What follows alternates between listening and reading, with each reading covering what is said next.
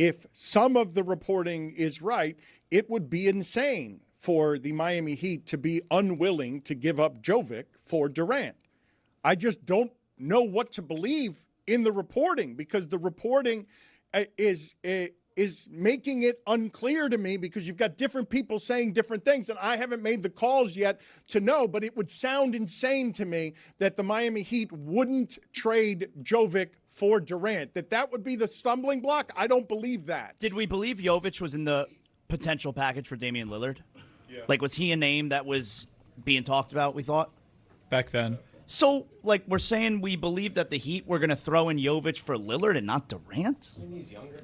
I mean, he's more developed now. Here's how the report went. Initially, it was way worse, and it was Shams' initial report. And as we know, Shams is about as reputable a reporter in that sport, an information guy, and doesn't mean he's right about everything. Moreover, the one time the Miami Heat challenged him on this, and Bernie Lee, Jimmy Butler's agent. That was the mascot. No. Jimmy Butler's agent also made a big public show about going at Shams' credibility, and months later, it was pretty evident who was right about that stuff. It was Shams. So this is how it went. Shams comes out, invokes plenty of names that would make your skin crawl if the Miami Heat actually decided to not include a name like Haywood Highsmith. That was a Shams report. And then the spin to Barry Jackson, and that's what I will dub it, because it seems like damage control spin every time these guys now fail to get a superstar, was that, no, Highsmith was in the deal. It was Jovic and Ware. Those were the pieces that we weren't willing to part with. You say Miami Heat spin, but this isn't exactly a leaky organization, and they don't really like it, as no one would, when any of their players are mentioned in trade talks. Like you just underscored why it's spin. Right. Because the leaks don't come out, and when they do, it's a concerted effort to craft the narrative. I don't agree with that, because Dan is saying that the Heat doesn't like when their players' names are mentioned because it creates problems. And now you're saying that the Heat are actually going out of the way to say, no, we weren't including this guy too. Mike, hold on. It's not crafting the narrative to, if you think that Highsmith is someone that you care about as a person and employee because he's done what's been asked of him here, you might not want him to think that he's just readily available to everybody. Like, you might not want to insult him that way when you're asking a great deal of him mentally and physically every day. Are you guys, I'm serious, like, are you guys foolish? Are you fools?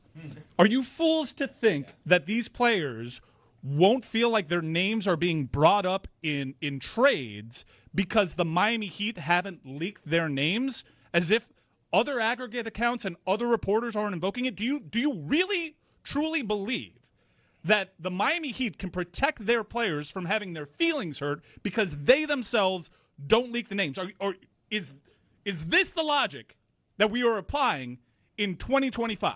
But why, after the deal is already done, they've already lost out on this deal, would they feel the need to say, yes, we definitely would have traded this guy and this guy and this guy? How is that beneficial to them? To save face. And also, that kind of nukes the original point, doesn't it? That they don't like these players' names being out there, but then Barry Jackson, who is a great reporter, does some digging, and then the names come out anyways? Well, yeah, that's the whole point, right? It can't be both. It is both, because then it serves them.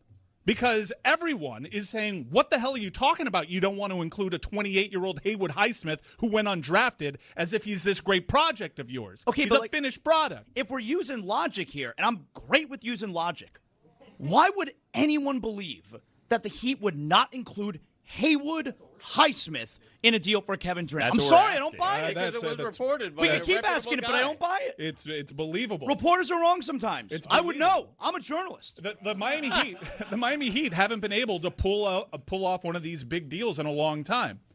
They haven't. In fact, the only big deal that they've been able to pull off in the last few years, we're not going to include Kyle Lowry because they got hit for tampering with that, and we all know that deal was made months in advance of it actually happening, was Jimmy Butler. And by that point, they had Philadelphia over a barrel. So then Josh Richardson goes. Remember, they could have had Jimmy Butler for that regular season run. They didn't want to include Josh Richardson in the deal. Josh Richardson. So you have a huge resume building of the Miami Heat not being able to pull off these big deals. Why? Because they cannot part with guys like Josh Richardson.